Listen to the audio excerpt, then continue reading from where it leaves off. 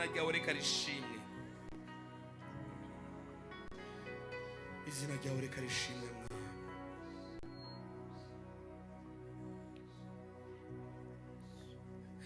Umutima wanjye witeguye kukuramya mana, umutima wanjye witeguye kukuririmbira mana, umutima wanjye witeguye kuvuga ibyo wakoze Jehova mwiza, umutima wanjye witeguye kwatura amashimwe muri iki gitondo. For the glory, for what you have done, we will appreciate. We thank you, Lord.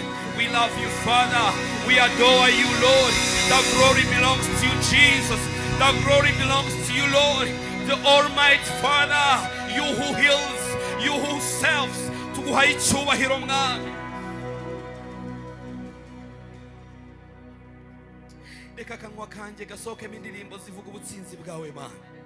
Reka mu kanwa kanjye hasohokemo indirimbo zihamagara icyubahiro cyawe kugira ngo kirurukire kuboneka hano hantu mana. For your glory, for your glory, Lord, for your glory, for you are holy, Lord, for you are holy, Lord. I am a Shina Yahweh, I am a Shina Yahweh.